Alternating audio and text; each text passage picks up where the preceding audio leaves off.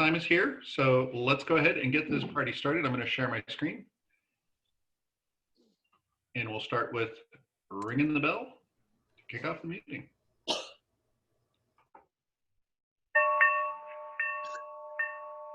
All right. Love it. Nice rotary bell. I love that one. Okay, and now the Pledge of Allegiance. So, hello, Ron, if I could ask you to lead us in the pledge. All right. Pledge allegiance To the flag. Flag of of the United States of America And to and to the to the republic republic for which which it it stands, one one nation, nation, under under God, God, indivisible, indivisible, with with liberty and liberty justice and justice for all. Thanks. And last but not least, a new four-way test. Wow. Hey. I Ted, like if I it. could ask you to lead us in the four-way test. Did you say me? Yeah. The four-way test of the things we think, say, and do. Number one, is it true? The truth. Number two, is it fair? fair to all concerned? 3, will it Will it Build build goodwill and better friendships. friendships? 4, will Will Will it, it be beneficial to all concerned? concerned? and number 5, Have Have fun. fun. Yay. Thanks. I realized that was going counterclockwise, which is not the way we normally read, but it was from the Cayman Islands, so it might be that, you know, they drive on the other side of the road, so they, Go backwards? yeah, they just did it a little differently. But that was a fun one that I found this morning, so I thought I'd give it a shot. So welcome, everyone. We have several guests here today.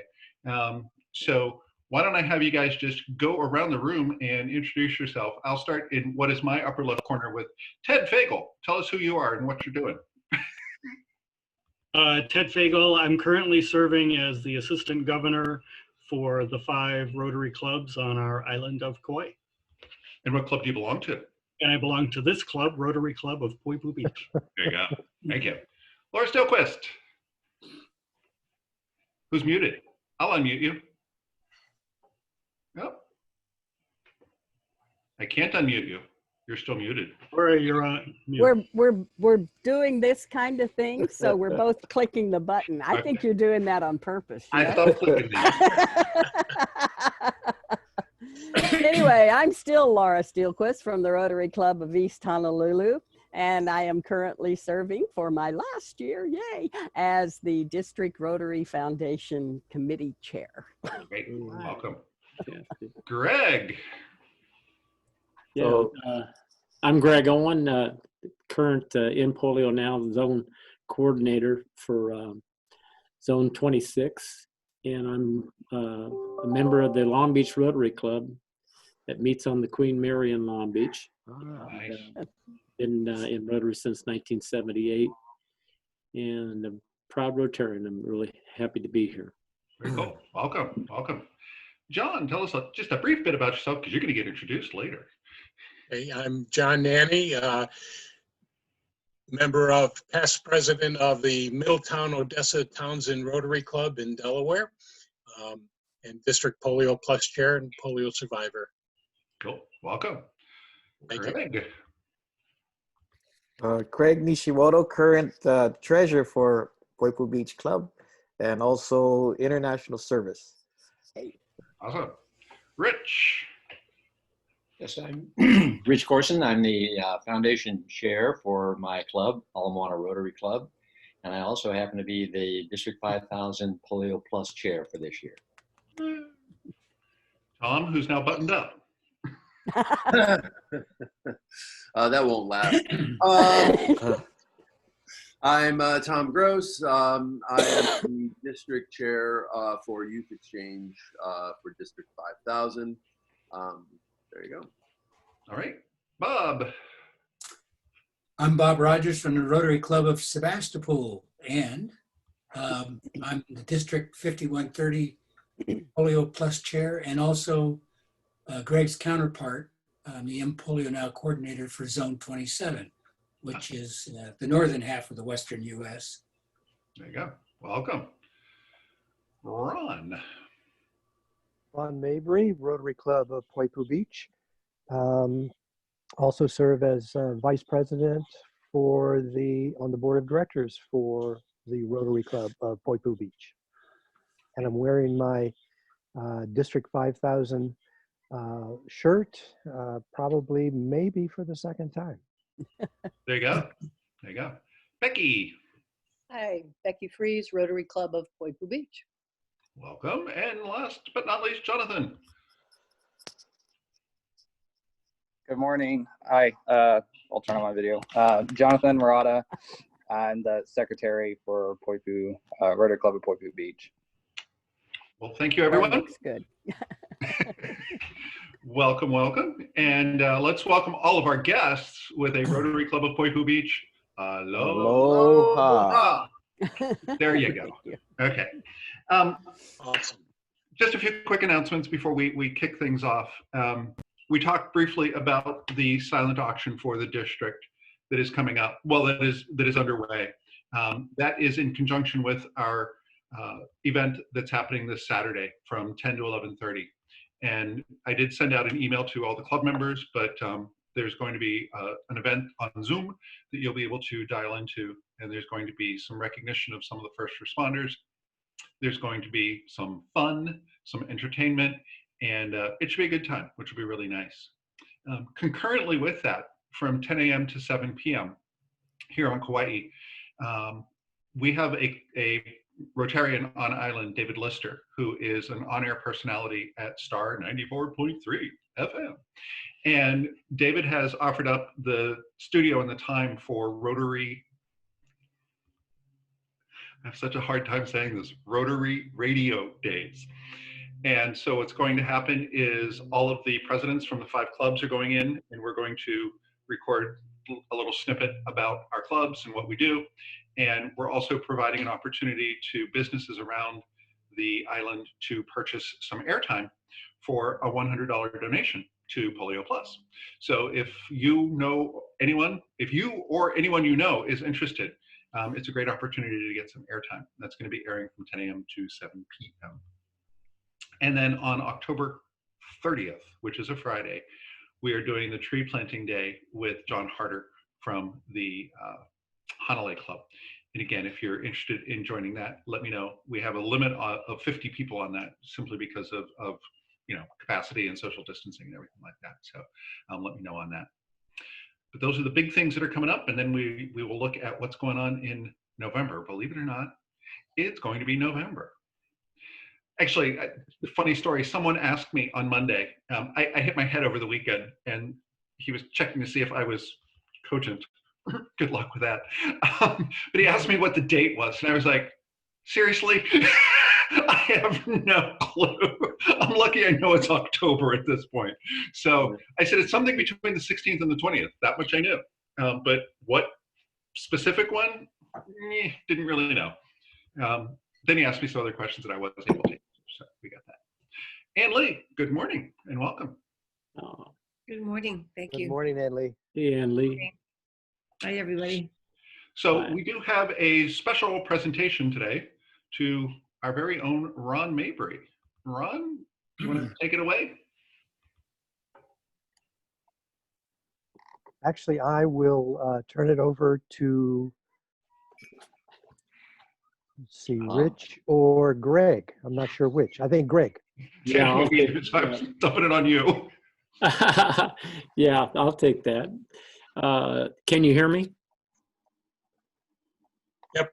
Okay, good, good. I want to, thanks, President Rick and District PolioPlus Chair, Rich Corson, and all Poipu Beach Rotary for honoring me with the duty of making a very special presentation to one of your members today.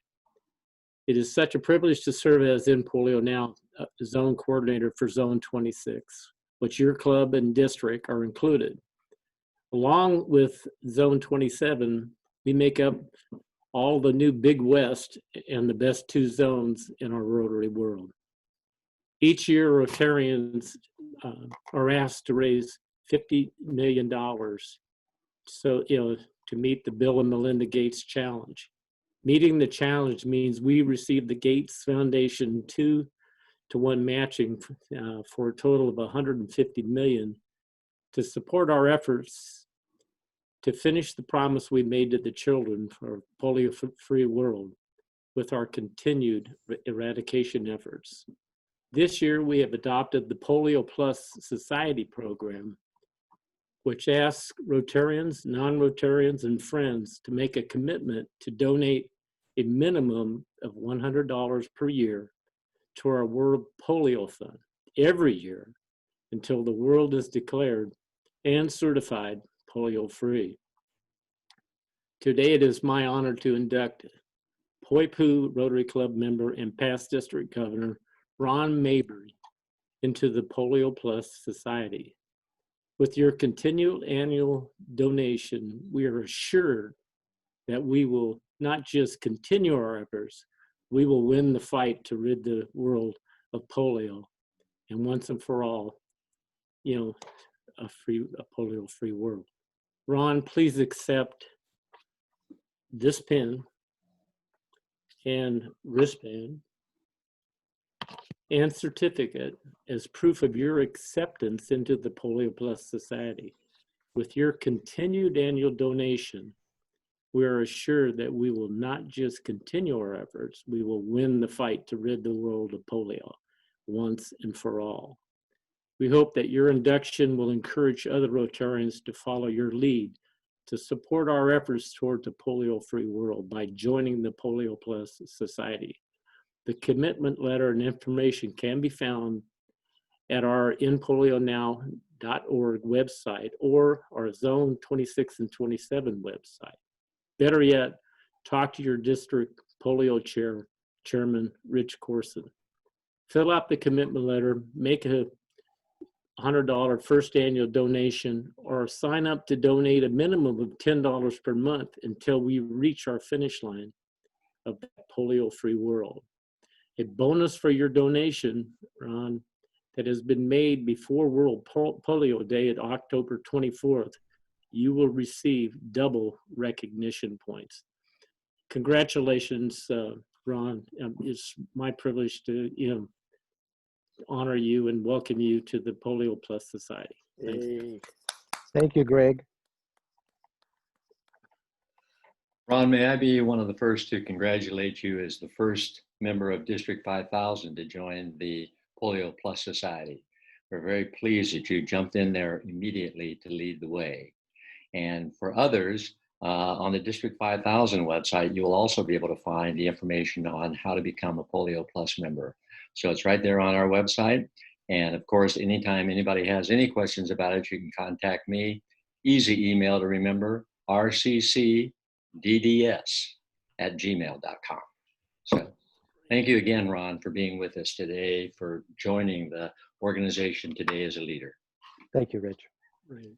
Thanks so much, Ron, and Greg and Rich. Thanks for your input as well. Greg, I just want to touch on something you said, which was the idea of $100 a year, but you can also look at it as $10 a month. And I'm a huge fan of the automated giving process. And when you said that, I was like, right, that makes that easier because I just go in and I do it. So I'll be doing that later today. Just make life easy. Yeah, Rick, I learned kind of the hard way. I had two neighbors, one that was, pretty well off, and the other one, not so much. But one of them became a Paul Harris, society member immediately. The other one wanted to, but didn't have the means. And so she walked in the Rotary meeting and she wouldn't make eye contact with me. I was, doing the Rotary direct, presentation, and so she wouldn't make eye contact with me. When she walked out, she wouldn't make eye contact with me. And I says, Teresa, we really need to talk. And she says, and she turned around, she's got this heartfelt look in her face, and she says, Greg, I just can't contribute at that level. And I says, well, can you give me $10 a month? And she says, I can do that. Mm-hmm. And within 6 months, she was a Paul Harris Fellow. Yeah, it became simple, it became automatic, and she's continued to support, the foundation in polio as well. So I'm with you, Rick, and I think that's a great way to go. An easy way to go so too. easy. Yeah. I'll also call everyone's attention to the chat screen. Ted has put in there the link for the district auction. He's also put in there the link for the 2020 Aloha shirt that he is wearing. And I will also point out that they do have masks as well. So if you are looking, do they still have masks, by the way, before I say that? I think they do. They have some masks. And then there's also the information for the World Polio Day event that's coming up. And the Rotary shirts that you buy right now have $5 going to the Rotary Foundation. Well, there you go. Awesome. And there's a special T-shirt for World Polio Day. I hope I ordered mine. I hope I get it in time for Saturday. So, the T-shirts are really nice. They are very nice. Yeah, the design is great. It's great. I just want to recognize some folks who joined. Waylon joined. Waylon is our newest member. We inducted him last week, so welcome. And Aaliyah. Aaliyah, would you like to tell us something about yourself?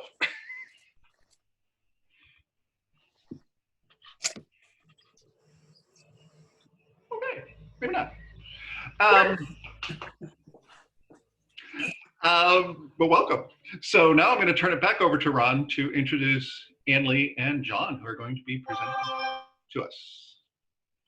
Thank you, Rick. And AnnLee, you had sent me an email earlier suggesting John go first because you were probably going to be late. Would you like to go first? Makes no difference, whichever you prefer. Excuse me. I'll put you on first. So let me do some introductions. I'll introduce both AnnLee and John, and then they can kind of move from one presentation to another. AnnLee Hussey is of South Berwick, Maine, has made the eradication of polio and the alleviation of suffering by polio survivors her life's work. Over the past several years, she has actively participated in 30 volunteer National Immunization Day teams, organizing and leading the last 26 teams herself, choosing to take those NIDs to places that do not often see Westerners. As a global advocate, she has shared her story and passion hundreds of times at numerous zone institutes, district conferences, pets and foundation events, and at the International Assembly in 2017, 18, and 19, carrying the message of polio eradication around the Rotary world and beyond, raising money and creating new converts to the fight. She is determined that no child will needlessly have to suffer what she herself, as a polio survivor, has been through. Her concern for polio survivors includes working to ensure mobility and dignity for those who survived the disease but did not have access to the kinds of surgeries and treatments that she was able to receive. And let me do an introduction of John. John is here on a repeat performance, and we're certainly glad to have him back. As John indicated in his introduction, he's a member of the MOT Rotary Club in Middletown, Delaware. He's been active in leadership roles in his club, and currently he is the District 7630 PolioPlus Chair, which is all of Delaware and the Eastern Shore of Maryland, Rise Against Hunger Rotary Ambassador, the Rotary Foundation Major Donor. He's a member of the Paul Harris Society, member of the Rotary Foundation Benefactor Endowment, and is the USA Coordinator for the World's Greatest Meal to help end polio now. John is also the recipient of Rotary's Regional Service Award for a polio-free world. So I want to personally thank both AnnLee and John for taking their time to be with us this morning. They are both dear friends, and I appreciate the opportunity to see them again, but unfortunately not in person. So I will now turn it over to AnnLee, and the floor is yours. Thank you, Ron. I look forward to seeing you in person again as well. All of you. I look forward to seeing anybody in person again. Isn't that awful? Well, I have a lot to share with you, and if I go over my time, Ron, you're going to have to speak up and tell me. But first and foremost, we definitely are living in an uncertain time with COVID-19, and I truly wish for all of you and your families to stay safe. The current coronavirus outbreak is reminiscent of polio outbreaks that happened across North America years ago. And how soon some of us forget, perhaps because so many of us were too young to recall. But the current outbreak made me think about the polio epidemics of the 30s, 40s, and 50s. People lived in fear of the polio virus as it spread through towns and cities across our nation. Children and adults were at risk, yes, even where you're living now in Hawaii. People avoided public parks, playgrounds, and swimming pools and theaters were all closed, and there were no large gatherings held anywhere. Those parents who could afford to would bundle their children up and leave the cities in hopes that more rural areas would offer them protection from the virus. Unfortunately, that did not always work, and it actually helped to spread the polio virus to the more rural regions. No one knew when polio would strike, who it would attack, or how to stop it. And in reality, they didn't really know how to treat the crippling effects of polio. They learned as they went. Some families were spared, others lost family members, and many had multiple family members affected, both children and parents.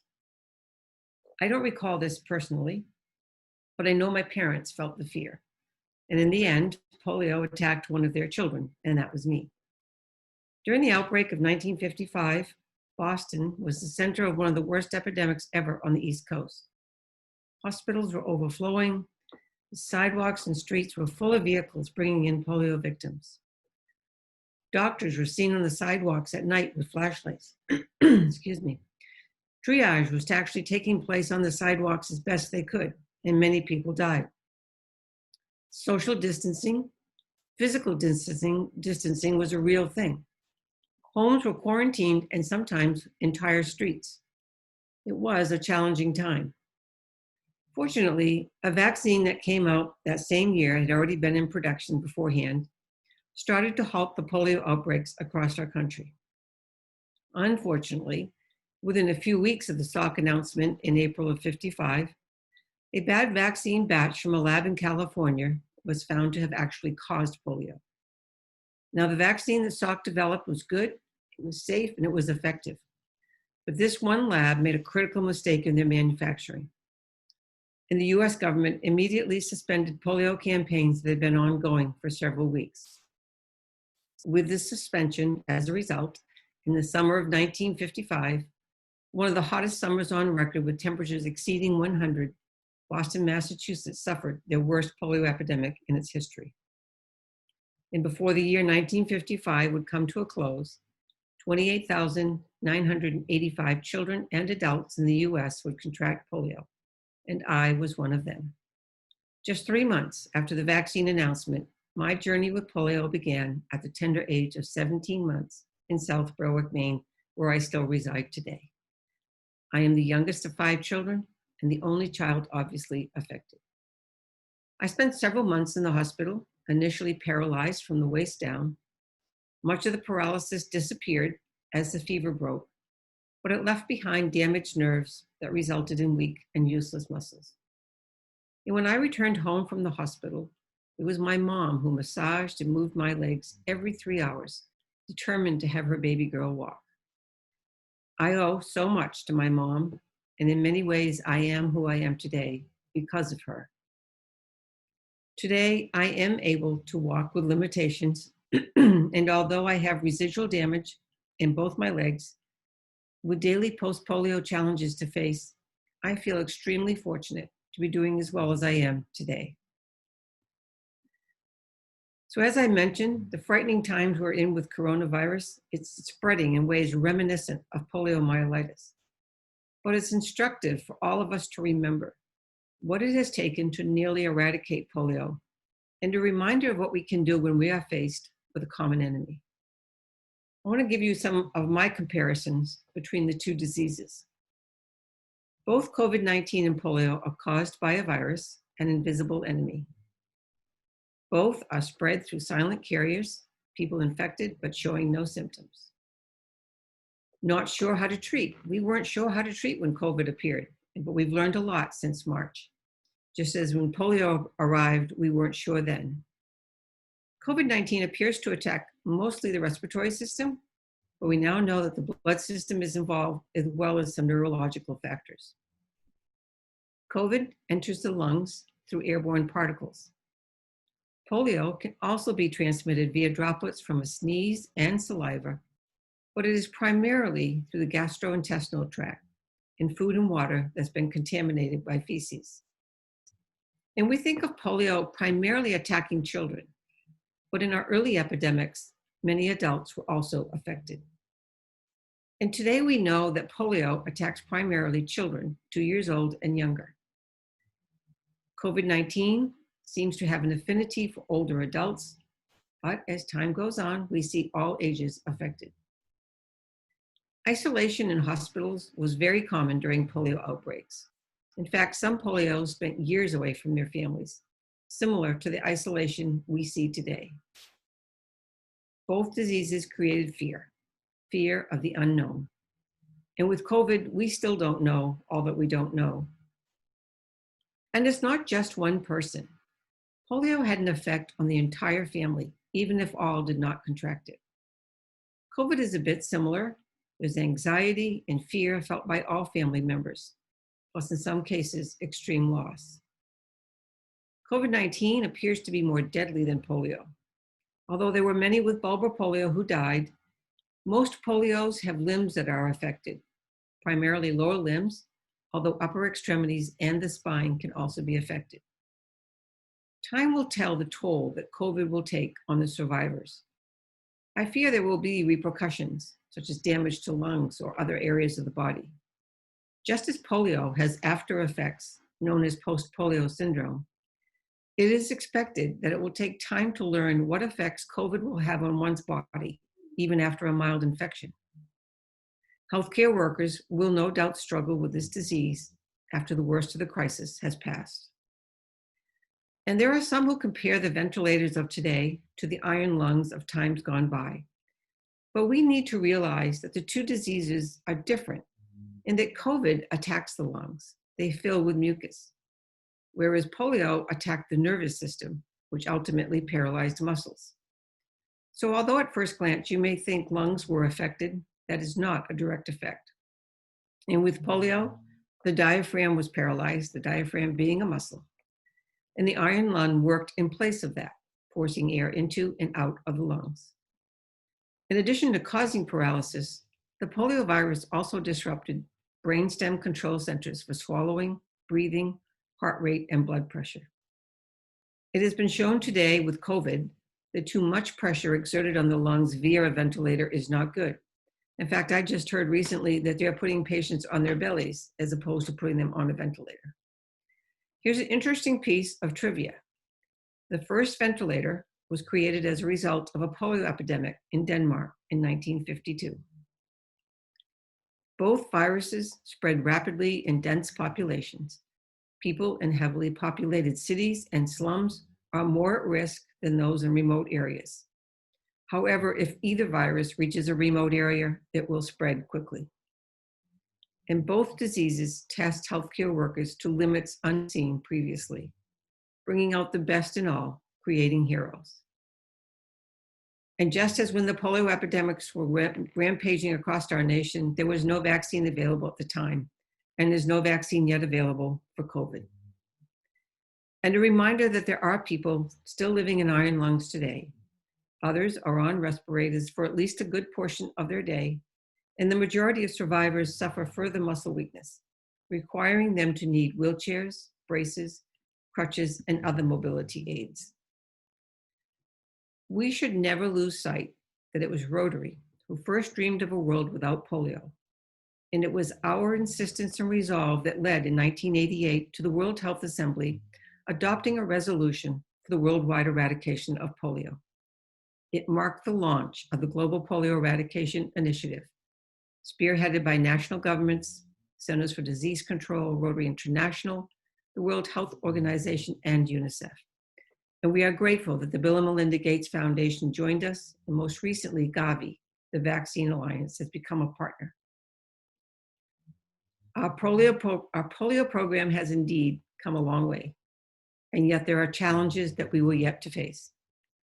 The Global Polio Eradication Initiative will remain the standard against all future multilateral public-private partnerships.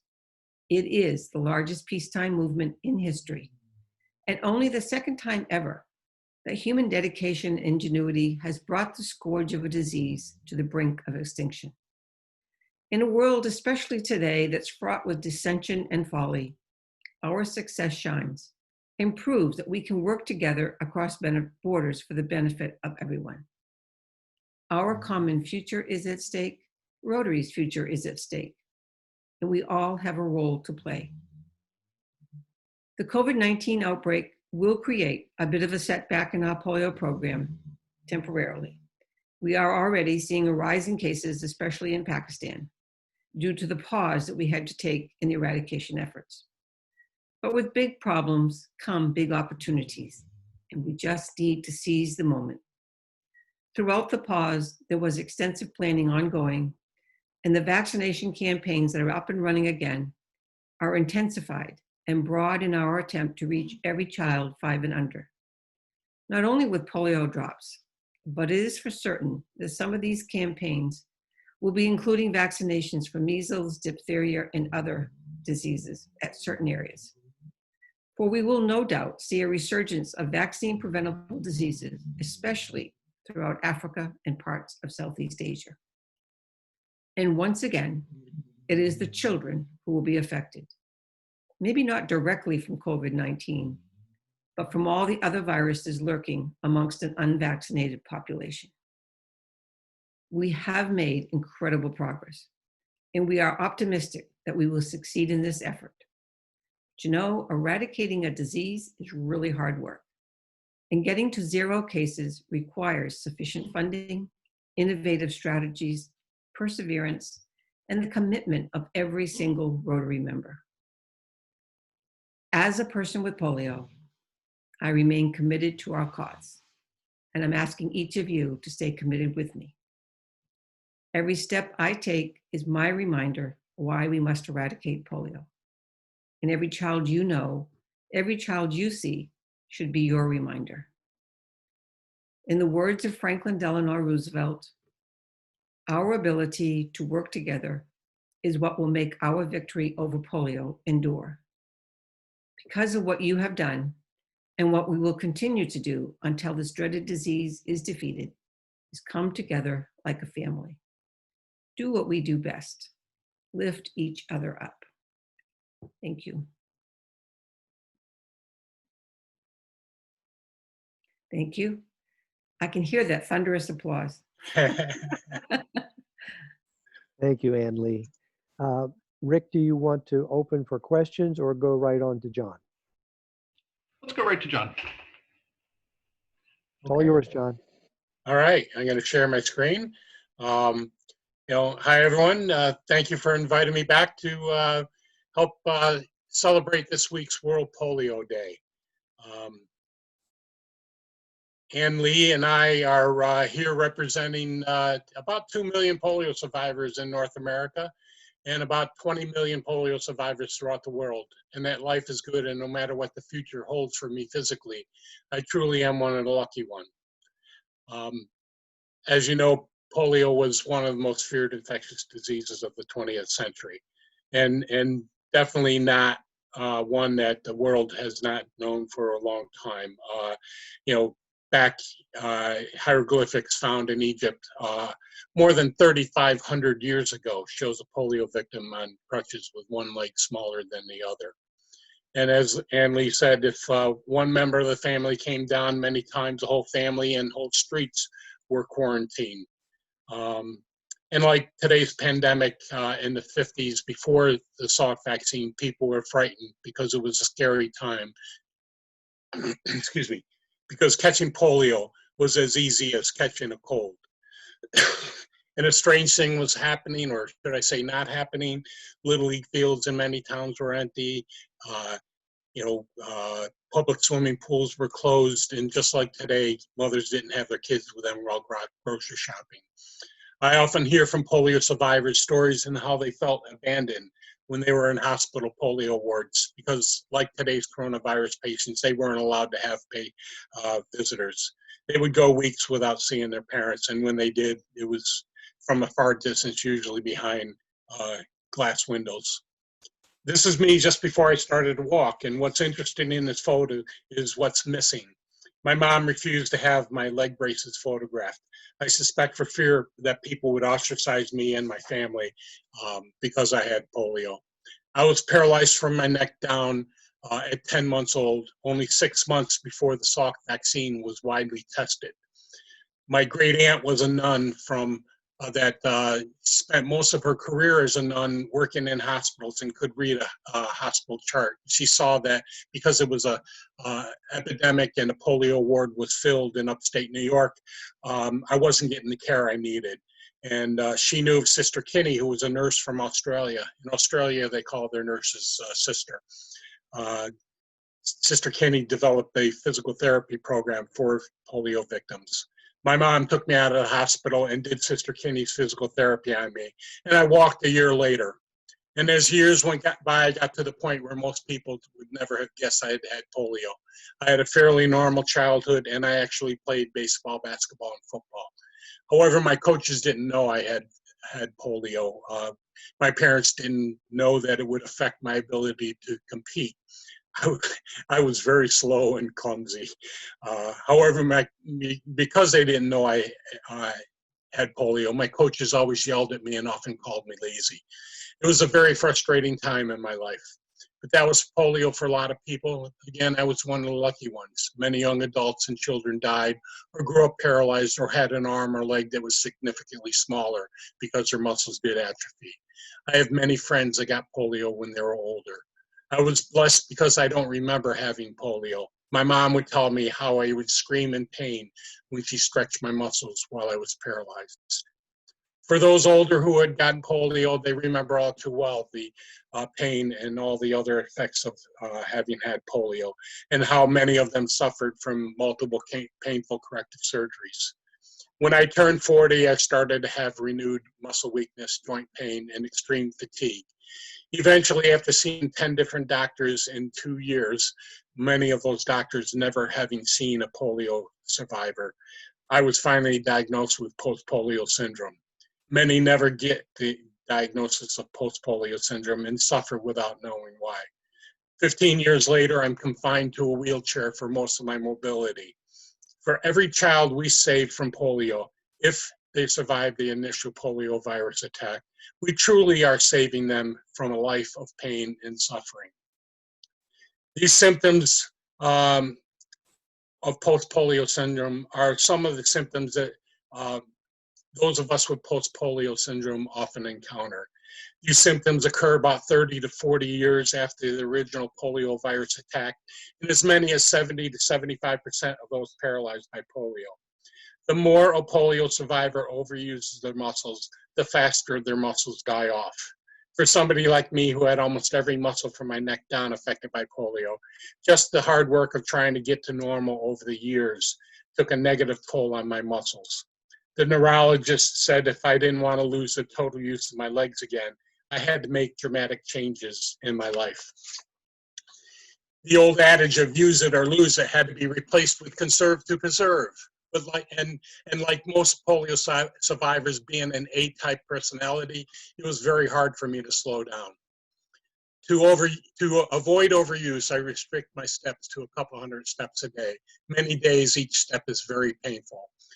However, I've learned that there's very little I can't do. I just have to find a different way of doing it. I am very lucky. I live in a world where there are organizations like Rotary International and with Rotarians like yourself who care about the welfare of others and who put service above self. Oops. So count your blessings, because I assume that a large number of you received your childhood vaccinations protecting you from childhood diseases. There are some people who can't be vaccinated, others who are suffering from different diseases like cancer, who are going through chemotherapy and have compromised immune systems. And that's why it's important to have the majority of the people around those people be vaccinated. Young kids, young babies, can't have a lot of their vaccinations until they're at least 12 months old. Having the majority of the people around those people vaccinated creates what's called the herd immunity. This past year, because we have areas of the United States with lower vaccination rates than India, Pakistan, Afghanistan, and Nigeria, there were over 1,300 cases of measles in the United States. Measles was declared eradicated back in the United States back in the year 2000. Over 100,000 kids died last year throughout the world from measles. To control measles, 93% of the population needs to be vaccinated to create this needed herd immunity. For polio, you need at least 85% of the population vaccinated to create herd immunity.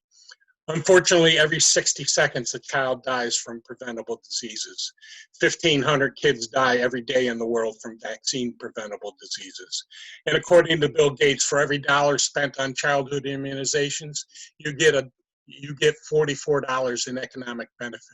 That's the cost savings of not having to treat that person while they're ill, the cost savings of not having to treat that person throughout their whole life because they were ill, and the productivity that that person will have their whole life because they were not ill. Not bad for a dollar investment to get $44 in economic benefit.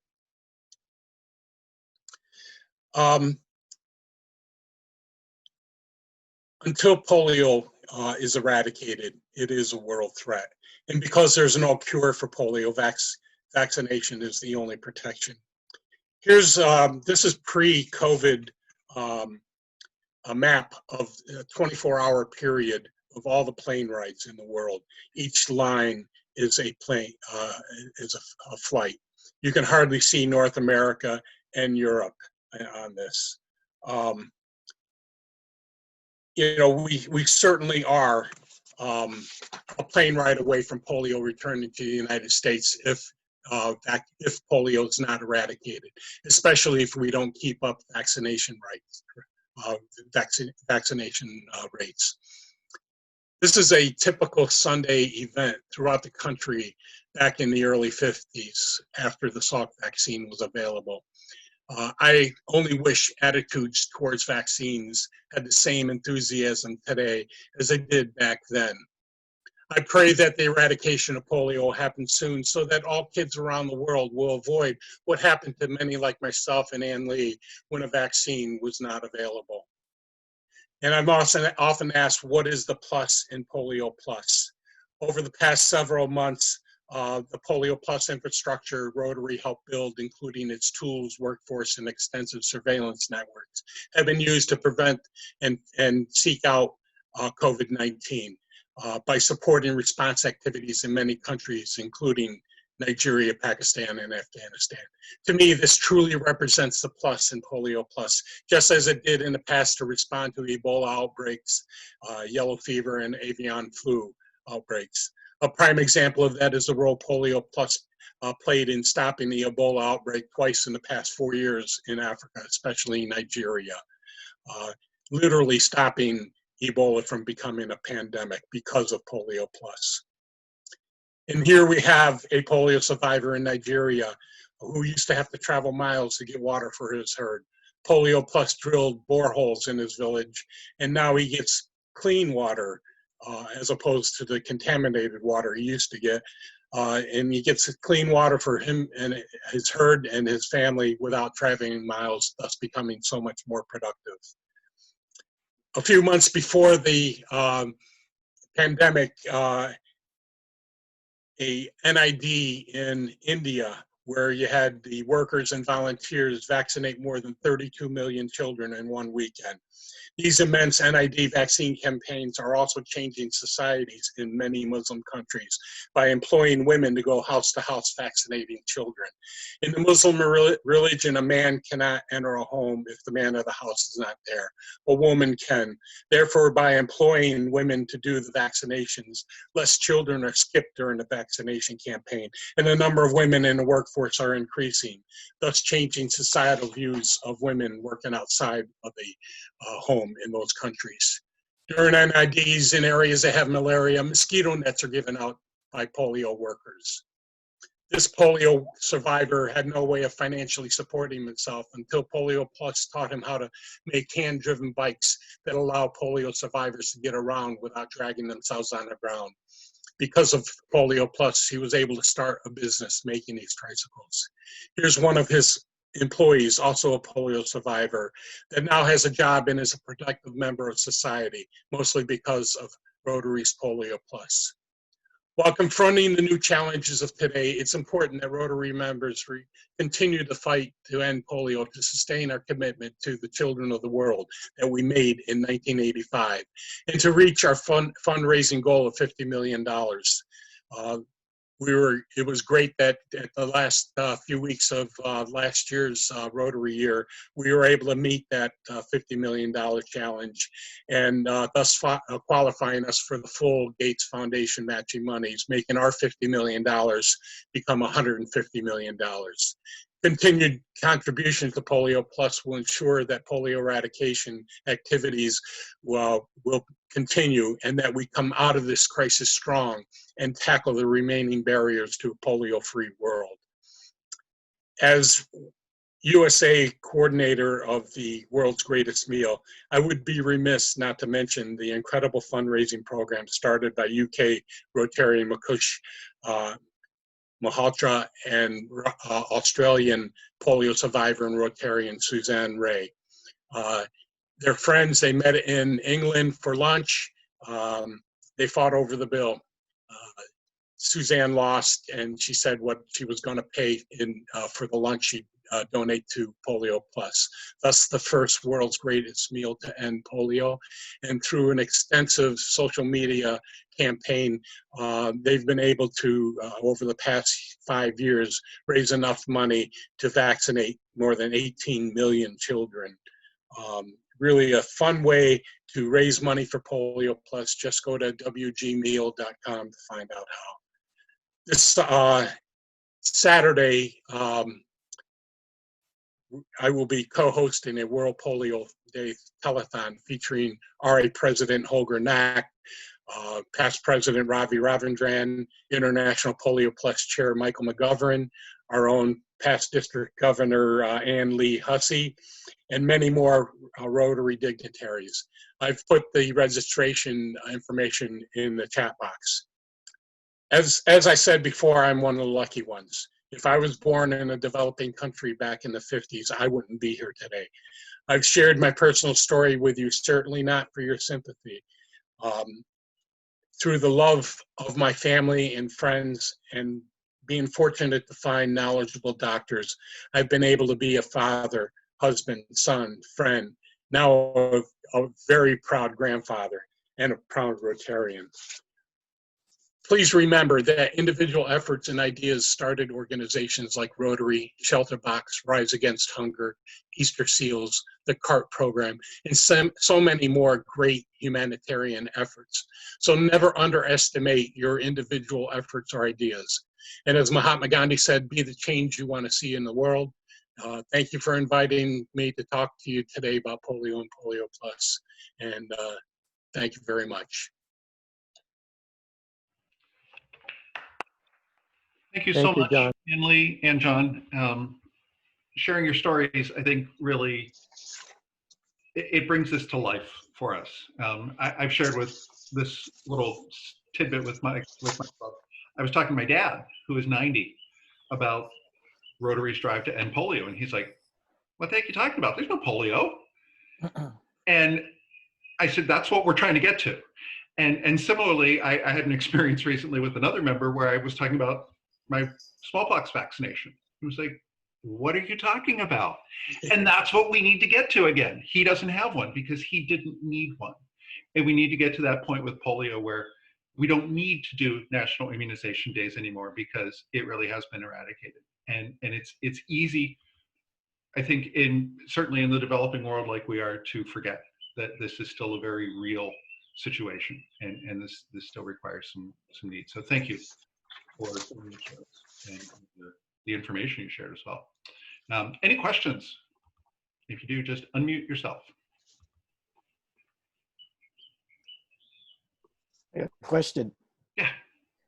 So in the United States, is polio not included in children vaccination series anymore?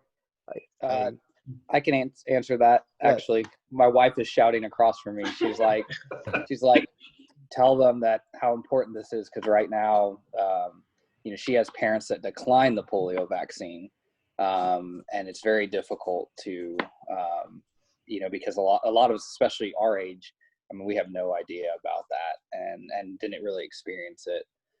So yes, it is included in the U.S., but 2, 4, 6 months, 18 months, 4 years. She said 2, 4, 6 months, 18 months, and, 4 years, yeah. And 4 years. Okay. But she did say that she does have some difficulty here on the island with some parents, a lot of parents. So you should point out that's injectable. That's the injectable virus, not the oral. Yeah, a spoonful of sugar doesn't help the medicine go down with that, with the injections. But, a fun fact that song was actually because of the sugar cube drops in Mary Poppins. And another interesting fact about the polio vaccine, of course, Salk and Sabin were kind of working to see who could get it first. When Jonas Salk came out with the vaccine, he did not patent it. And he really didn't earn anywhere near the amounts of money that you can imagine a pharmaceutical company might earn from a COVID-19 vaccine. So it's... You could only hope that the COVID vaccine producers would do the same. I mean, it's for the public good. That's what we're supposed to be working for. Absolutely. And I mean, you hear that story about Jonas Salk and you think, I mean, is it beneficial to all concerned? And that was his goal, was to look at this and say, let's just make it beneficial. And Ted pointed out about Candyland being developed for kids who were in an iron lung because they could play it, and it was a way to engage them. Yeah. Rodney, was that a question, or you're just holding up your pen? All right, Tom. More of just a comment. I talked to my dad, who is in his 90s, and I asked him about it, what it was for us as kids. Now, vaccine at that point for me, because I was born in '59, was already part of it. But he said, but I asked him, what was it like going through that time period? And he said, oh, we were always terribly, terribly worried. He was a broker at that time, a stockbroker, and he had, and getting the vaccine when it came out was difficult because there was very limited amount in Buffalo, in the big city. But he had a client that was about an hour and a half away who was a doctor, and called him and said, I have some. And he immediately packed the kids in the car, and they hightailed it to Jamestown to get the vaccine. And that's how important it was at that time, and how worried, my parents were. But it was just kind of interesting to know that he just, as soon as he could get it, kids in the car, let's go. We're getting the vaccine right away. Just a comment. Yeah. It's AnnLee and John. I'm a polio survivor as well, but much luckier. I have one leg slightly shorter than the other. And AnnLee, I remember talking to you some time ago, talking about post-polio syndrome. And that usually, John, I think you mentioned after 30 or 40 years is when it's prone to happen again. I'm 78, and I had it when I was 5. And what are so I'm guessing that I'm okay. as far as post-polio. But what are the statistics? How many, is it 20% or a higher number that get post-polio syndrome? I've read as high as 70% that they can High get as 70%. polio. Yeah, yeah. And I also, and I don't say this because I don't wish it upon you in any way possible. I know. And so I'm going to say that you're lucky and you're probably all set and don't worry about it. But I had a friend here in Maine who was 70, I don't know, 73 or 4. And he had been very active all his life. He had polio when he was 6, went in the hospital, came out, never looked back. Yeah. Was an Air Force pilot, was an avid hunter, fisherman out in the wilderness, a lot. And he came down with post-polio, and he ended up, in braces and on a scooter, and mentally he could not handle it. And that really did him in. And so you never know. That's the thing about it. Yeah. And I will say that we talk about post-polio syndrome in the context of living in a developed country. I have seen post-polio syndrome overseas in Africa and much younger polio survivors.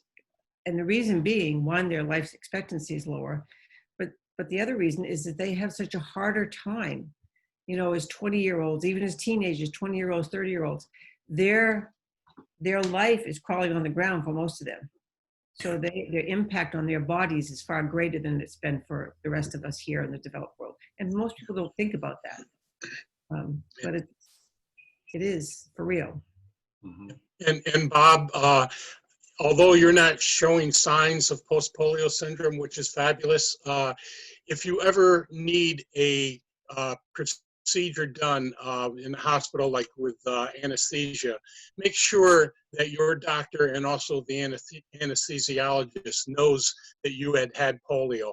Because no matter how affected you were with polio, the bulbar part of your brain was affected and can affect your ability to withstand anesthesia and come out of the anesthesia. So they should know, and they should, if they don't know anything about it, have them Google it on the internet, because there's a lot of information about it.